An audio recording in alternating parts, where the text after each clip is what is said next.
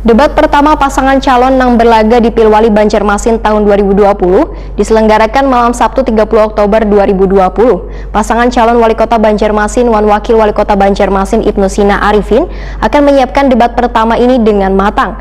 Malam debat pertama kandidat ini mengangkat masalah visi misi pasangan calon.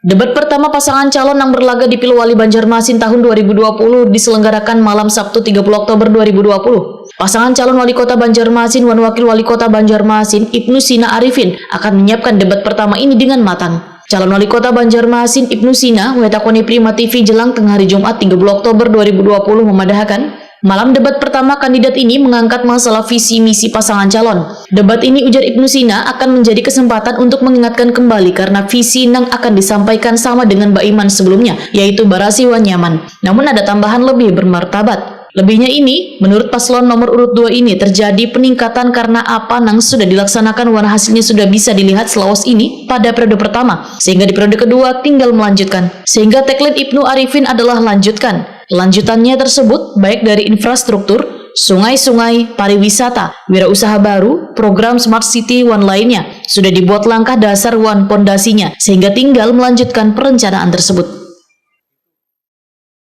Banjarmasin Daiman lanjutkan terkait dengan infrastruktur, sungai-sungai, pariwisata, wirausaha baru, kemudian program Smart City dan lain sebagainya.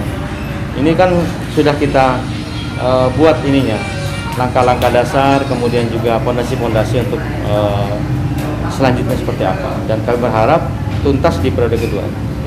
Intinya aspirasi masyarakat tuh Pak sudah sesuai dengan sejalan dengan hukum Mbak Iman dulu. Ya, karena kan sudah 4 tahun ini berjalan ya kan, dan kami sudah menyerap aspirasi dan tahu betul apa yang sudah dilakukan oleh masyarakat, yang dihajatkan oleh masyarakat.